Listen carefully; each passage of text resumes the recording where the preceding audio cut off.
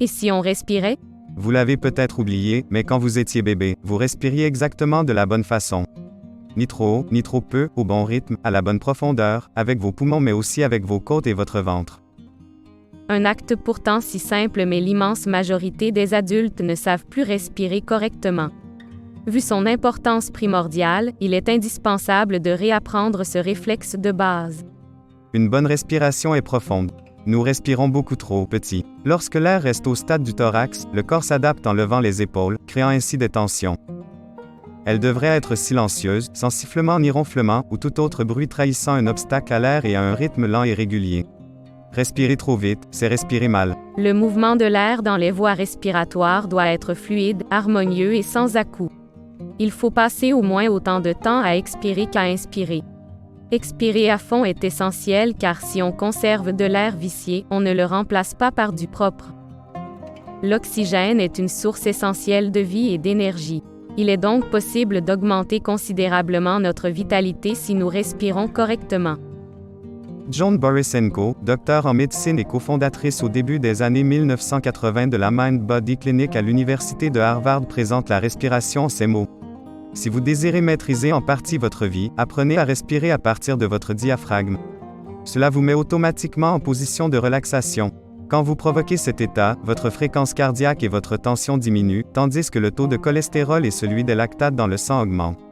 Vous diminuez la douleur, les possibilités d'allergie et d'infection. Vous accroissez le flux du sang vers le cerveau et sa périphérie. Vous êtes mieux connecté, plus conscient et plus attentif, tout en restant calme. Il s'agit d'un moment parfait pour une introspection. Cet état vous aide à affronter les difficultés parce que votre angoisse s'atténue, vous devancez la dépression, et générez une auto-affirmation positive qui vous stimule pour effectuer des changements. Vous êtes capable de vous déconditionner et de vous reconditionner. Une personne normale et surtout les femmes ne respirent que de 20 à 40% de leur capacité pulmonaire totale. Beaucoup de disciplines axées sur le bien-être et parfois votre spécialiste de la santé vous parleront de l'importance de mieux contrôler votre souffle. Pas de secret ni de magie. La clé du succès et du progrès durable est la pratique et la persévérance. 5 minutes par jour peuvent suffire pour voir déjà de grands changements. Aucune accoutumance, aucun effet indésirable, juste un plus grand bien-être et une santé optimale.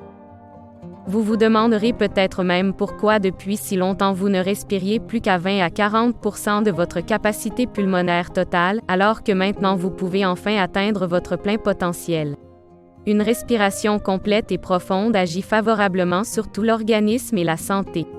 Elle débarrasse le sang de ses impuretés et stimule le métabolisme. Elle augmente la force de résistance, favorise la digestion et aide à contrôler la tension artérielle. De plus, mieux respirer développe la puissance de la concentration, calme le système nerveux et fait éprouver un sentiment de paix.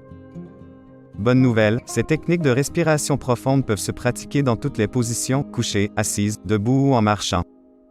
Alors, pourquoi s'en priver? Respirer, c'est vivre. Réapprendre à respirer, c'est réapprendre à vivre intégralement.